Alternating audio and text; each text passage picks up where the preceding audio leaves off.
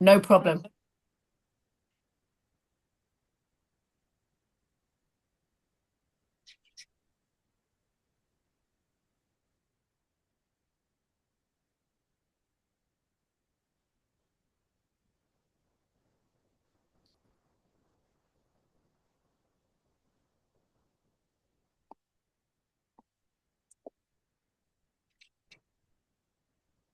Right, welcome everybody to the last session.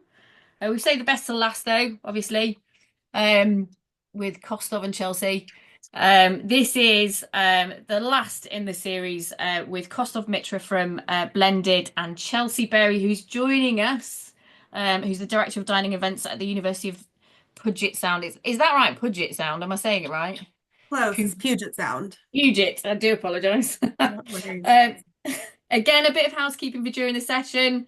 You'll notice your mic's muted, but you can communicate with either Kostov or Chelsea in the chat function or use the Q&A function to ask any questions if you haven't already submitted what you were interested in at the point of registration. This session is being recorded, and the recorded session will be in the past events in the professional development events section of the Academy part of the TUCO website, but you'll need login details to be able to do that. But it will also be on the TUCO Facebook page, which is being live streamed on now. And then eventually it will be on the TUCO YouTube page as well. So over to you, Kostov. Brilliant. Thanks so much, Sarah. I know it's evening for all of your listeners out there. It's early morning here for Chelsea and me. We're on the west coast of the US. But yeah, thank you so much for joining us, and Sarah, thank you so much for inviting us to speak about this. A quick introductions, like Sarah mentioned, I'm with Blendid. We are a robotics company, specifically in food robotics, and I'm hoping to share a little bit about what we do today. And my friend Chelsea here is actually one of our customers. And so I figured it'd be great for this audience to also hear from the perspective of one of your peers, because Chelsea is dealing with many of the same problems that you are today. A quick overview of the flow for today. I figured, and perhaps all of you are already experts on the topic, or have more than passing familiarity with it. But I was going to open just with a little bit more about, kind of what is automation, what is artificial intelligence, what is robotics, and kind of these are all closely related concepts, and how do they fit with each other. And after which Chelsea will be speaking a little bit about kind of what are the pain points that she's been facing over the past few years, and what led them to then consider Blendid as a possible solution for some of these.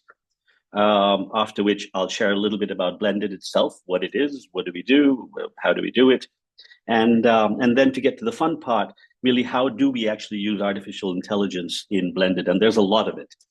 So we'll talk a bit more about that. And then to round it off, Chelsea will be speaking a little bit more about kind of her vision for the future at the university, how she's thinking about the next 5 years, the next 10 years, how to stay ahead of kind of new trends, new changes in the educational environment.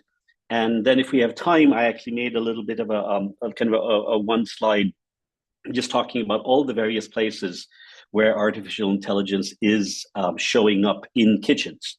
And some of these are live already, some of these don't exist today, but will in the future. And all of this is just meant to give you ideas around how you might contextualize this for your specific situations, and think about what makes sense for you to do in the future, whether or not you'd like to actually adopt more automation in your kitchens. So with that, I'll just jump into my first slide. I should mention that I can't actually see anybody right now because I've got my presentation on full screen, so I apologize. If you ask a question, I may wait until later. But does that sound good, Sarah? Should I go ahead? You must be muted. All right, I'll take that. Yes, please go ahead. Great concept. Thank you. So brilliant. So like I mentioned, as a quick overview, we hear these terms very often, right? Automation and AI, which is artificial intelligence, of course. And what is the difference between the two? And they're closely related concepts, but automation really is about doing things, right? It's about, can you perform a repeated step of actions without human intervention? Can you tell, something, a piece of software or a machine to just go through and follow step 1, step 2, step 3, step 4. And as long as things are happening in that order, there's no problem. Automation can deal with it. And I'm sure you've dealt with automation in your daily lives in many different ways, in your cars, in your homes, and other places. The two things to know about automation is that these are pre-programmed rules. You have to set them up in advance and then you step away. And you can't really change them. You can't adapt without going back and changing the programming. Right? So that's a key part of automation, that it'll follow a series of rules flawlessly to do what you wanted to do. But if you needed to change, you're out of luck. Artificial intelligence changes that paradigm, and it's about thinking and learning, right? So what AI tries to do, it actually simulates human intelligence. It can look at various streams of data, whether it's digital data or photographs or videos, or do things like that, and recognize patterns in it. And that's the superpower that AI has. It's brilliant at pattern recognition. Not as good as humans, but still much, much better than what we've been used to with computers in the past many years. And then it can adapt and it can make decisions based on what it's seeing. And that's what makes it so powerful, right? And things can go powerfully well. It can also, of course, go powerfully badly if you haven't, set up the AI properly. So that's the key difference between the two. AI can adapt, straight automation cannot. And then we come to robotics. Robotics is simply just automation, but in the physical world. Because you can have automation in software, right? You do it all the time. If you've got a little script in your, in your Word document or Excel spreadsheet or something, like do these series of steps. Robots is automation in the real world. You've got simple robots like coffee makers and things, which is literally doing one task and doing it repeatedly. Or you've got very complex robots like Blendid and others. Or those, I'm sure you've seen those little, the walking dogs. They always scare me when I see those. I think it's Boston Dynamics who makes them, but those are very, very complex systems. So as you can imagine, when you combine robotics with artificial intelligence, the robots can do things which they could not earlier do. They can look at their environment. They live in the physical world, so they can look at what's happening around them, and they can adapt their behaviors accordingly. So that's just a quick overview of what these three commonly used terms are. And I'm happy to talk more about that later if that's of interest. But for the next slide, I actually did want to segue over to Chelsea. And Chelsea, perhaps you could share a bit about kind of how are you thinking about it? What were the pain points you've seen? And what made you think about Blendid? Yes, of course. Hi, everyone. So our journey to Blendid started with needing to swap out some of our juice machines. We had switched broadliners over the summer, resulting in juice machines being taken away. We started doing some homework and research on which way we wanted to go. And most of the equipment that we looked at required us to buy a piece of equipment and sourcing product only from the manufacturer of that equipment. And they weren't low cost. They're about $15,000 pieces of equipment.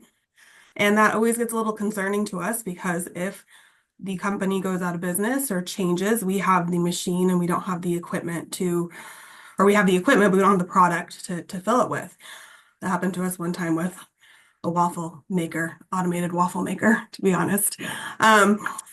So in our research, we were introduced to Blendid. We actually met through a conference, which was great. And when we were looking more into it about what the best route for us, I'm going to be honest, I was a little intimidated by a robot myself coming to campus. But the more research we did, the more we realized it would fit more of our needs, including 24/7 access for our students to dining. We are a small campus, just under 2,000 undergrads on campus. Therefore, we don't have the staffing on the clock all day and night to meet those late night dining needs, and in particular, healthy dining needs that we continue to always have, a need for. So looking at Blendid, being able to have this run 24/7 now solves multiple concerns. We have a way to get juice products. We have a way to get 24/7 access. And then additionally, it's just a much more healthy looking product when you see spinach being pulled directly rather than a product that comes from a bag, as most juice makers and equipment has. So overall, just a lot of wins for us. And then, of course, the fact that we didn't have to buy the machine outright and the funding is done a different way was a huge, you know, if it doesn't work out for us or for our campus, although we highly anticipate that it'll be very popular on campus, but having the option that we don't own it, so we can discuss what to do then going forward, which is great. Perfect. Thanks so much, Chelsea. And so with that, I'll actually transition into a little bit of an overview of Blendid and what it actually is all about. And what I'm hoping, Sarah, is after this slide's over, perhaps you could play that little video that you had. I think that might make it more real for anyone watching this webinar. But I absolutely can, but I'm still struggling with the sound, so you might have to talk over the top of it and explain it as it's going along, if that's all right, Kaustav. Brilliant. I can do that. Okay. Do that. And but yeah, this is kind of a high-level overview of what Blendid's about. As Chelsea mentioned, one of the big things about it is right there in the title. It's 24/7, 365. It runs year-round, around the clock, around the whole week, the whole month, at all times. It's available and autonomous. So it does not need any staffing. The only labor required is to replenish ingredients.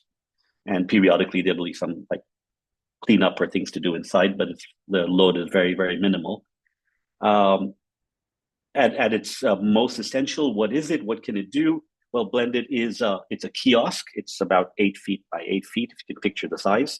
And it makes smoothies. It makes protein shakes, and it makes hydration drinks. And we're actually the only machine out there which does this from raw ingredients. So these aren't prepackaged, like Chelsea had mentioned. These are actually, you're talking about kale or spinach, and you decide what ingredients you want to offer. And they're made to order. So every drink out there can be customized. So for your community, for your students or your faculty or staff members, they can come and say, look, I really like this strawberry smoothie, but I'd like an extra serving of soy protein in there. And I also want, honey to be added, or however they might want it. One of the cool things about that is when they're ordering, there's little sliders they can use to customize their drink. And as they do that, it also updates the nutrition information. So it'll automatically tell you that the amount of protein now is this much, how much of your recommended daily allowance. We do have other beverages being planned. We've been playing with modules which will also do coffee and bubble teas. I know about the UK, bubble teas are very, very popular here in the US. I'm convinced my daughter pays for at least a few employees' annual salaries for what she spends on bubble teas. So these will also come because these are popular options for younger people. We also we've tested in the past an alcohol dispensing version. There's a cocktail version of it, which we've never taken to market, but it's fun to know that it's there if we ever decide to look at bars as a possible market. But what the robot does is literally the 5 things in the third bullet point. It dispenses the ingredients. It adapts to the customized orders. And I'll come back to this in a minute because it's very interesting. It then collects all these things. It blends, multiple blenders. It blends it. It pours it, and then it sanitizes the equipment after every drink is made. The adapt part of it is an important one because it kind of leads into the AI thing we'll be talking about later. And that is, you'll be surprised that when you add or make small, or maybe you won't be. This is your wheelhouse. When you change ingredients, the volume and some of the flavor profiles can change in the drinks being made. And we have to do that to make sure that, so if you increase the amount of protein, maybe we'd increase the amount of liquid going in there as well, the coconut milk or soy milk or whatever that happens to be, because we have to make sure that it can still be blended and poured at the end of it, because without spilling, out of the cups that are provided and things like that. And a lot of that is driven by AI. The kiosk itself will take 8 solid ingredients. So we're talking about spinach and kale and strawberries and bananas and, whatever you might choose. 6 liquid ingredients. These could be, soy milk, dairy milk, coconut water, almond milk, whatever you might choose. And 6 powders. This could be chocolate, soy protein, whey protein, other powders which are popular. And roughly, as you can see out here, it'll do about 50 drinks an hour, and it can work on 9 drinks simultaneously. Anybody who wants a smoothie or wants a drink, they'll order either via mobile app or at the kiosk. You can schedule orders in advance. You can say, I'm going to be by there tomorrow at 9 a.m. Please have my drink ready for me. And it works with dining cards. Most of the ones, at least here in the US, I'm not sure if there are other dining card providers in the UK who are popular. Like Chelsea mentioned, one of the things that we decided to do early on is to actually have the machine as a monthly subscription, because we realized that capital expenditures can be hard for dining organizations. So we designed it on purpose to say, like, you can just pay a monthly amount, and that includes everything. That includes the hardware, the software, the service, and the support. So if something goes wrong with the machine, that's part of what you pay for on a regular basis. And when you're thinking about a costing standpoint, what I have here, that's a very rough approximation. That's about, I want to say that's about $7.50 a drink, I believe, when I looked at it last. So about 14,000 drinks a year. So if you believe your site will support 14,000 drinks a year across, students and faculty and staff members and, visitors, then this is something which it's easy to break even on. And most importantly, again, like Chelsea mentioned, as the operator, we're not dictating anything. We are just the technology provider. You set the price, you choose the ingredients, you choose the recipes, and you choose where you're getting your ingredients from. Right. So that is all on you. So that's a high-level overview of what Blendid is about. And I think this would be a perfect time, Sarah, if you think you might be able to share that video. I'll stop sharing.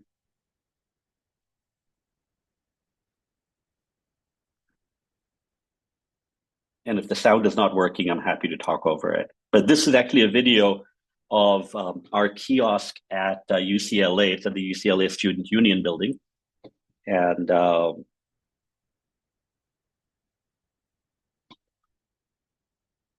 let's see. Sarah, are you there?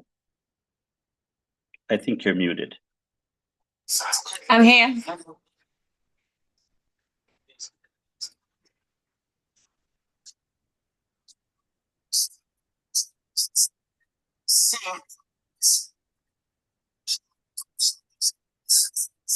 It's not actually sharing your screen, Sarah. In case. It's the messiest part of the process. This does require human maintenance for a few hours a day to clean the interior and cleanliness. I'll try again. No worries. Oh, there we go.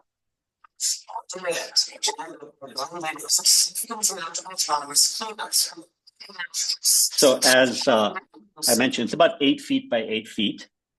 And here's the ordering kiosk where people can order at a tablet at the kiosk. There's a screen which shows what's being worked on right now. There's a robot arm. It goes around, picks up all the ingredients. It blends.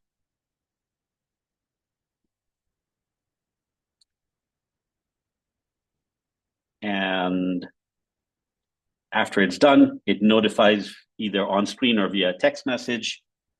And then it does a little victory dance when it's successfully blended it. And then it pushes it out to the delivery window, and people can order. People can let the kiosk know that their order is ready, and they can just reach the delivery window and pick it up for themselves. So thanks so much for sharing that, Sarah. Let me go back to the presentation.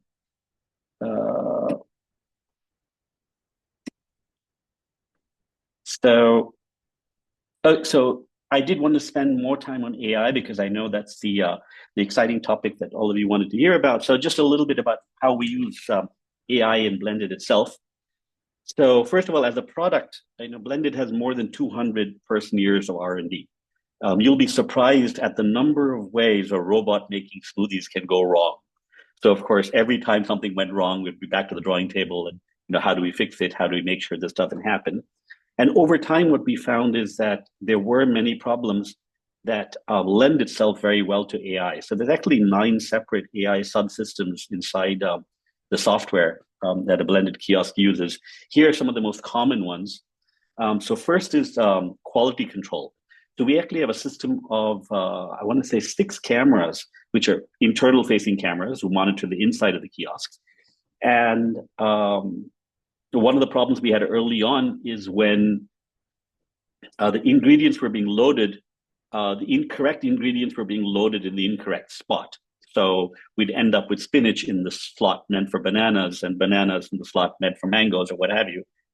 And so that was one of the first things we addressed, where basically the system now knows what ingredient is loaded where. So even if you load the incorrect ingredient, you'll be alerted saying like, oh, by the way, I don't think you've got the bananas in the right place. And it will adapt to that accordingly. The cameras also monitor things like food levels, so that if a particular ingredient is running out, it uses AI to, of course, notice that there's that this ingredient is running out, and it'll notify you, saying that, oh, by the way, you should have someone go and refill, strawberries if that's what you have in your thing. The other way we do the quality control, again using the same cameras, is over time we actually take a photograph of every drink that's ever been made in a blended kiosk. So by now we have, I know, millions of photographs, and we actually compare the drink that's being poured to what it should look like. And if it doesn't look like that, we know that something's gone sideways. And we will actually go ahead and redo the drink or replace it. And this is even before the customer knows there's a problem, right? So we haven't even delivered it to them. We just look at it and say like, wait, that does not look like a banana strawberry smoothie for whatever reason. And we'll take care of it automatically without you having a customer collecting it, being unhappy about it, and then complaining. And this is we try to address that problem before it even happens. And this, of course, depends heavily on that thing we talked about earlier, that that AI systems, when properly trained, are very, very good at pattern recognition. It knows what it should look like. It's kind of very similar to how, if you ever used facial recognition software on, Facebook or Google or one of these places. It's a very similar idea. The other way we're using, one of the other ways we're using AI in Blendid is, as you can imagine, we're constantly innovating. Like every kiosk will have new features that we've thought of and we've identified, and which we roll out. And we figured early on that there's so many moving parts in here. It's almost at a point where a single person at our end really doesn't know every single part of the machine. It's a very, very complex machine. So we actually use all the data and documentation we have about the robot to train a chatbot, so that an operator, someone like Chelsea or perhaps one of you, if you have a problem, you could go on and say, look, this is the problem that I'm having.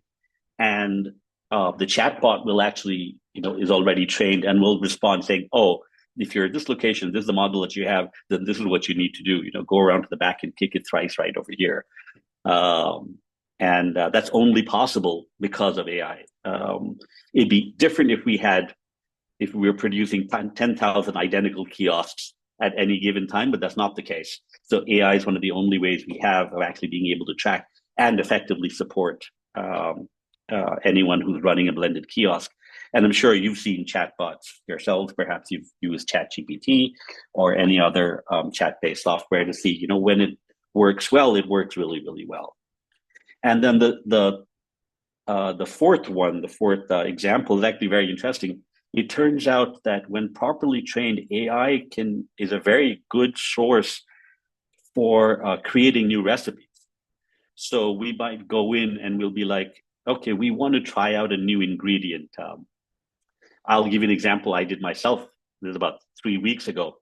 We have a popular West Coast ice cream chain here called Salt and Straw out of Santa Cruz. And they have this really, really nice olive oil ice cream, which was really surprising. I was like, I never thought of olive oil in ice cream, but I had their ice cream. I really liked it. And they got me thinking like, oh, I wonder if there's an olive oil smoothie I could try. So I literally went onto our system and said like, okay, give me some ideas for an olive oil smoothie. And it gives, a bunch of different possibilities. And of course, then it takes the human talent to like, yeah, I don't think this is going to work, but this sounds really intriguing, and take it from there. But just another example of how, AI is used, when used well, can be a source for innovation. And I mentioned a few things. These are things that we're actually working on. We haven't rolled out, which are AI based, but depending on whether we feel this will actually be useful and will help help our customers. One is personalized menu suggestions. So we want to come up with things like where if someone says, "Look, you can see all the smoothies I've ordered today. I want to try something different. I want something with kale, right?" And then we want to be able to come up with a suggestion saying, "Oh, if you haven't tried this, then try this one because it looks like it'll match your flavor, your personal flavor profile." And we can do this for every single person who's ever used a blended kiosk. So we're not sure yet whether this is something the market wants. We just thought it'd be a cool idea, saying like, okay, well, how often do we go to a place and say, "Well, what do you recommend?" Right? And the idea is to do something like that. The second one is voice activated ordering, where theoretically someone could just walk up to the kiosk and speak their order out loud. We actually have this working. I saw it in our lab the other day. The prototype is there. It's working perfectly. We just haven't rolled it out because we're not sure that the world is quite ready for voice ordering yet. It might seem, we just don't know. It's kind of like when you're going through a drive-through and you speak to that box. It's sort of like that, except instead of a person, you've got, a computer at the other end which listens and places your order. And the third thing is dynamic pricing algorithms. This is something we want to try out, where we can make recommendations on how to change the pricing based on a variety of different things, maybe time of day, maybe based on the ingredients, of being able to make recommendations around pricing, which would help maximize the revenue from this. So that's again something we're playing with. We've got we have a fair bit of work left to do on that. But this is just some of the ways in which we're thinking of expanding the use of AI in Blendid. And talking about the future, this would be the perfect segue. Chelsea, I'd love to hand it over to you again and maybe have you talk a little bit about how you are seeing the future in the next 5 years. What are you thinking about to bring more automation and AI to your operations? Yeah, thank you. So we are definitely looking at more ways for automation, in particular for the late night dining options and areas where we are unable to provide staffing. We do already have mobile ordering on campus, and we continue to expand that as much as possible throughout all of our outlets on campus. We are looking at adding in hot vending machines, providing hot food without needing a staff member present that students can access at any time. And then, of course, we're also looking at Amazon Go as well, as an addition to C-stores that we have on campus, but ways that people can access, once again, without staffing being present and get the things that they need. So those are kind of the big areas that we're looking for automation and expansion. Awesome. Have you thought about those little delivery robots? I forget who's making them. We've looked at them. I think we're going to go, we actually don't have delivery yet on campus, but that's something that we're looking into next year, particularly for staff and faculty, where it's harder for them to get out of their offices and grab lunch. So we're looking at doing that, but I think we're going to maybe start with humans on that one and then see where we go from there. Right? But, yeah. Yeah, the robots are intriguing that you see on college campuses. Perfect. Thank you so much. Yep. And and as promised, for to kind of round this out, I hope I'm okay on time. Let's see. Oh, sorry, I think we're way over time. I'm sorry. So I'll wrap this up very quickly over here. Then these are just some of the ways in which AI is currently being used in kitchens already, and some which are in development. And you'll see this showing up in the next few years. There's a bunch I could talk about all of this, but I know we are out of time. But you can, just as a quick walkthrough, predictive inventory management is really just about being able to forecast demand properly, so you can make sure that what you need is what you have at any given point of time. And it's also for being able to monitor stock in real time, kind of what I mentioned Blendid does with its ingredients. The smart ordering and menu recommendations. The first part, again, is kind of what I mentioned. We're playing with the the menu recommendations, but also for being able to dynamically adjust menus, right? Which is something Blended does right now as well, where an ingredient runs out, how do you update your menu in real time to make sure you can still, continue offering food? We talked about automated quality control. One interesting variant on this is where you've now got systems which will constantly monitor temperature and also even just appearance of the food to make sure that nothing is spoiling while it's waiting to be served. Enhanced customer service and order processing. This is just like I mentioned, chatbots, voice activated ordering, operational efficiency. This is just around scheduling and task management. You've got new tools available which will help you plan out what resources you're placing when and where and why, and to do it in a manner so that your operations can keep moving. Predictive maintenance. When you've got high-end equipment and it's and prone to failure, it's good to know that, well, even though it hasn't failed yet, this is when I should be repairing it to make sure it doesn't go down when I need it most. And similarly, there's more. I mean, I could spend a whole half an hour just talking about any of these. The last one's kind of one of the more interesting ones, which I mentioned, the marketing and pricing optimizations. This is one thing I'd love for Blended to be working on in the future, which is how do you offer, how can the system make recommendations around what kind of promotions and sales to offer? Saying, oh, we see there's always a lull on Tuesday at this time. This might be a good time to offer a 2-for-1 deal, or whatever promotions and what promotions make sense. So there's a ton of different ways in which AI will make itself known in the kitchen. How you choose to do it will, of course, depend completely on what your needs are and how well this will address it. But really, that's all I had for today. Thank you so much for being here with us. I don't know if we have time for questions, but I'm sure both Chelsea and I are happy to stick around for a few more minutes and take questions if there are any. And no problem, Kaustav. No, it's fine with the last one, so we can go over a little bit.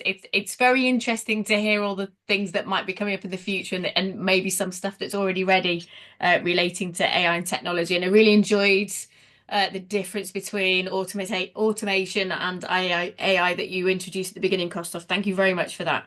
I only really have one question, because I think you've probably answered some of the stuff that we've got after that. But somebody's very interested in the commercials and your plans for the UK market from Blendid. Sure. Yeah, so right now we aren't presently selling in the UK. We'd love to in the future. It primarily comes down to three things. One is regulatory. We're not familiar with the regulatory framework in the UK. And I know we're certified by the National Sanitation Foundation, which is required here in the US. I believe that's also accepted overseas, but we've never looked into what the specifics are for the UK. Two is actually just around the distance. When you have a 3,000 pound kiosk to be shipped from California to the UK, it opens up kind of new logistical challenges, which we'd need to think about. And the third is around support. We do pride ourselves on supporting our customers very well. It's one thing when it's someone like Chelsea, who's a 2-hour flight away from us. If you're in the UK and something goes wrong, we want to have a plan in place so that we can support you in the very same way. That said, we'd be very interested in selling in the UK. And I think critical mass would be the moment we feel that there's enough to support probably 8 to 10 kiosks in the UK. That is enough for us to be able to set up operations and do all of this locally out there. So hopefully in the next few years, or if you know anybody who's interested in getting one, you can always reach out to me. I'm sure there will be, Kaustav. It looks really good. So thank you very much for your time, and I really appreciate your time as well, Chelsea. I know you're probably a very busy lady at Puget Sound. You got it. Last time. Thank you. Okay, so thank you very much for joining us, everybody, and taking part in the session. If you've got any questions, Kaustav did put up his information at the end of that, but you can always get in touch with me anyway, and my contact details in the registration email, and I'll pass them over to Kaustav. Or if you want to speak to Chelsea as well, we can go that. Oh, thank you very much, Kaustav. That's brilliant. Thank you. Okay, that's the end of the session for today. We'll look forward to doing another one in March. Thank you, Kaustav and Chelsea. Bye then. Thank you.